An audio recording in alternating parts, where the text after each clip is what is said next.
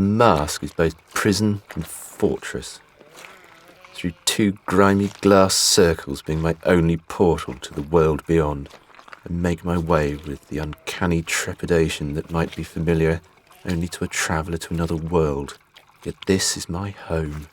The streets abundant with life and merriment mere weeks afford you howl in silence, as if gripped by the same pestilence that runs rampant through the population, the self-same pestilence against which I remain the only line of defence.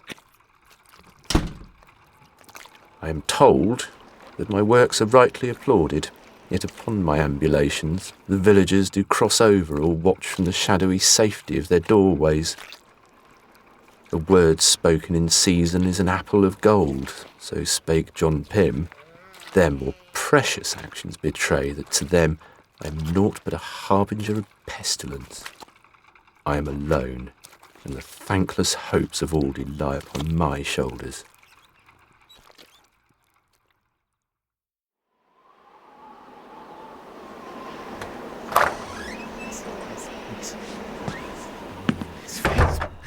I see it again.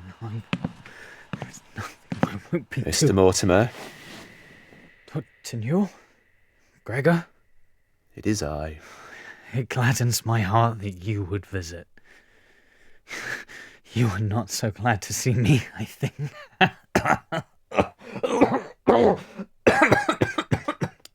Something here that might help. Your elusive cure. Not yet. But I'm certain the correct formula is within my grasp.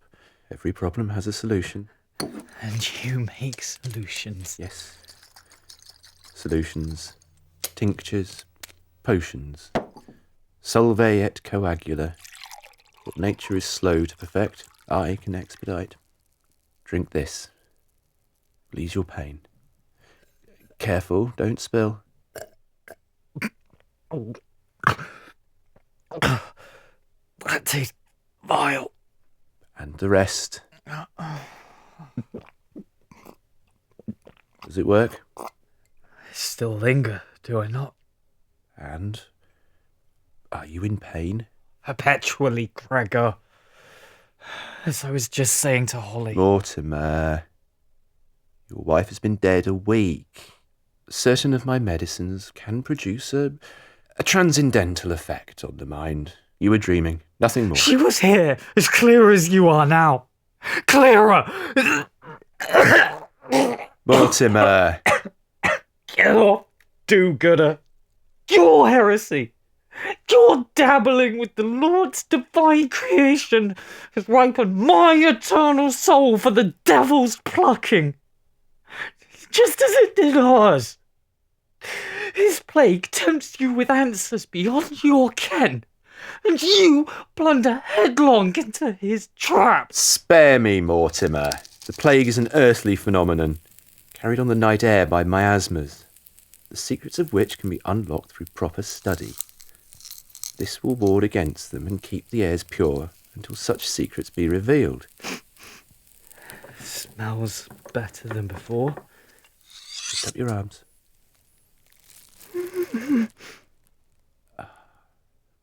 There we are. That looks angry. Just a little scratch now.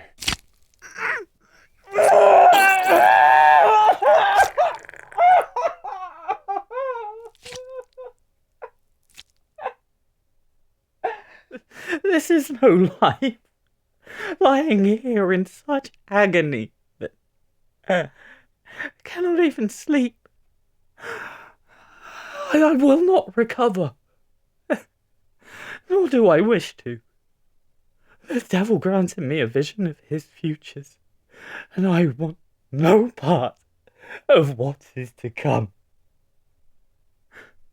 Kill me, Gregor. What? Do your righteous task and save me from hell. Even for mercy, I will not kill.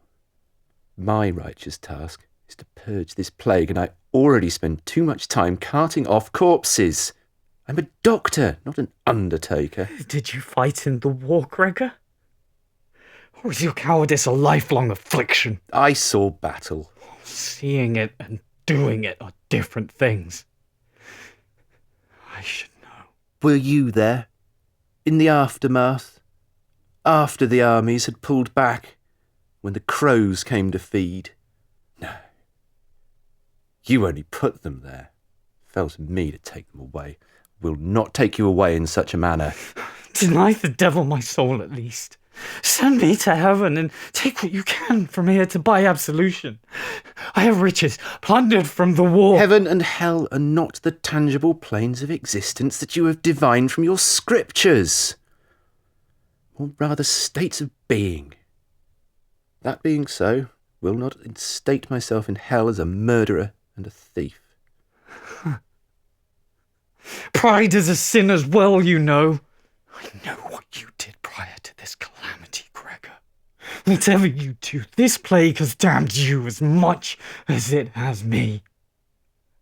I am going to die, whether by your hand or by the devil's. No, I will not allow that. The elements in your body are simply out of balance. It's not a cure that I need, only mercy. They're one and the same. I will be back tomorrow to check on your progress. Take another dose of that elixir before you go to sleep. Gregor, no! Why? Gregor, I have seen his plans.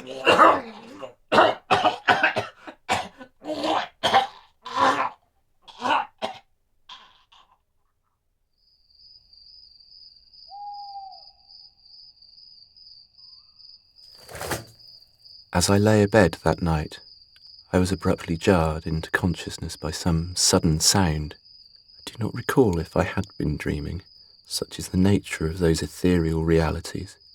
For a few moments, as the memory of sight returned, I could discern nothing out of the ordinary. I was alone as I had been for these 6 weeks, my family distanced from me due to my profession.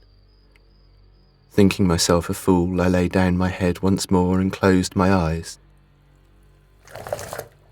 There was no doubt now as to the presence of something in the room with me, somewhere close. Too late, a thought seized my mind in a vice where for just a second I was a small boy again, convinced of the monsters that swam in the pool of blackness beneath me, ready to snatch at a stray limb and drag me down into the abyss. I quickly learned that monsters resided not under the beds of small children, but in fields and along hilltops, nor had they scales and cloven hooves. They wore padded jerkins and carried muskets that belched a far deadlier fire than any dragons of the imagination.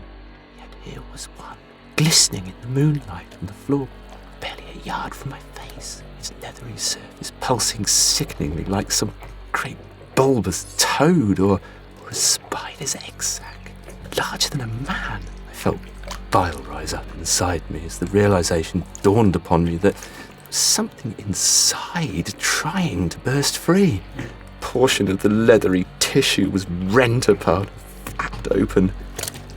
From the newly ruptured orifice emerged a human hand. It ascended like a mockery of the flowers of nature, budding fist blossoming into an open palm, skeletal fingers stretching out into the pale white light of the moon. A second hand tore itself free. It was all I could do to watch aghast as the 2 hands, palms down against the floor, began to heave whatever bulk still remained within the sack. Stinking, steaming wet matter of varying degrees of fluidity spewed forth from the breach. The form of a man began to rise up from the festering mess. A tendril of horror encircled my throat and pulled tight as it raised its head. And I found myself staring into familiar eyes. Mortimer. Altogether bare and glazed in that steaming mucilage, he did rise above me, and I did cower at the foot of my bed. Smoke of thy torment shall ascend forever and ever, and you shall have no rest for the fate that you have condemned me to. My will finally conquered my fright, at least enough to cover my face from this horrible geist. I found myself alone once more, Perhaps, should I have returned to my slumber, my nightmarish vision would have been forgotten. Perhaps I would have woken in the morning to think nothing more of it than the tricks darkness could play on the mind. Damn the fool who first thought of perhaps more tantalizing and irresistible than any of the narcotic substances procured by my wealthier and more exclusive patrons, before they fled to the estates of their distant uncles and long-lost cousins at the first whiff of plague, no doubt leaving it trailing behind in their wake. Selfishness cannot come cheap, for the wealthy have no shortage of it. And to think that I took of that coin, feigning ignorance to their abuses of what I had created in unlocking the secrets of the divine. Sleep remained elusive.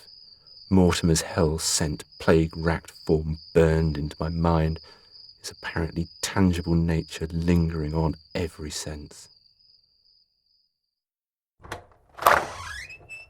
Mr. Mortimer, forgive the hour. I would speak with you. Are you awake? I fear your soul is in peril, as you have told me. I too have seen the future. Let us work together, that it may never come about. Mortimer.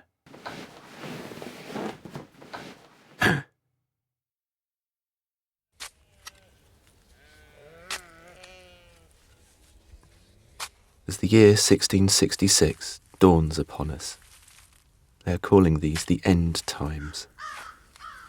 Just as our Saxon forebears under the Norman yoke must have foreseen a portent of the apocalypse, as the monks of 100 years hence might have regarded the dissolution, and for these 3 centuries past, plague has wrought devastation. The end times are apparently a constant. What need we another Cassandra? Another herald of doom. In my lifetime, I've known a nation divided by war, neighbour turning upon neighbour, families rent apart, fractionated by the affairs of sovereigns and lord protectors. I've known the peace of Reformation and the pestilence that has ravaged our lands thereafter. If hell is a state of being, then I have been there since birth. If Mortimer was in his rights to claim me damned, then damned I was long ere this plague. As was he. As condemned as I incontestably am, I will strive for a better tomorrow, because if this is hell, it is surely made better by the human souls that inhabit here. In my surrender to vanity, in my obsession, my surety that a cure is within my self-ordained power, I have forgotten my duty of care to administer comfort as well as treatment.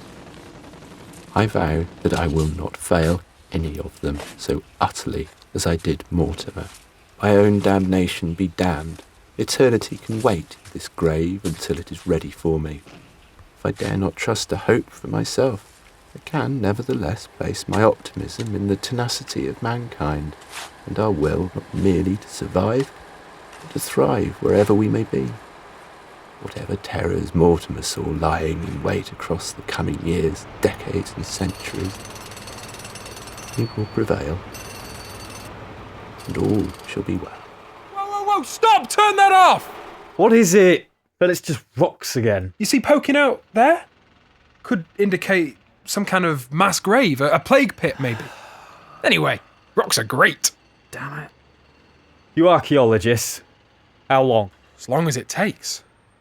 Oh, come on, it's not the end of the world. I do wonder. I bet they did as well.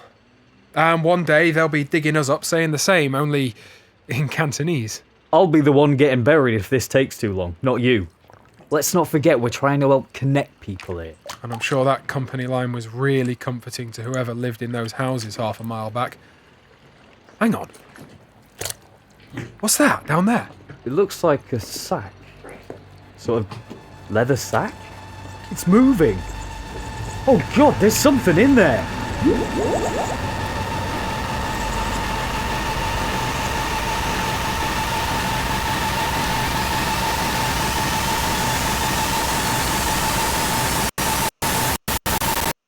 And all manner of things shall be well.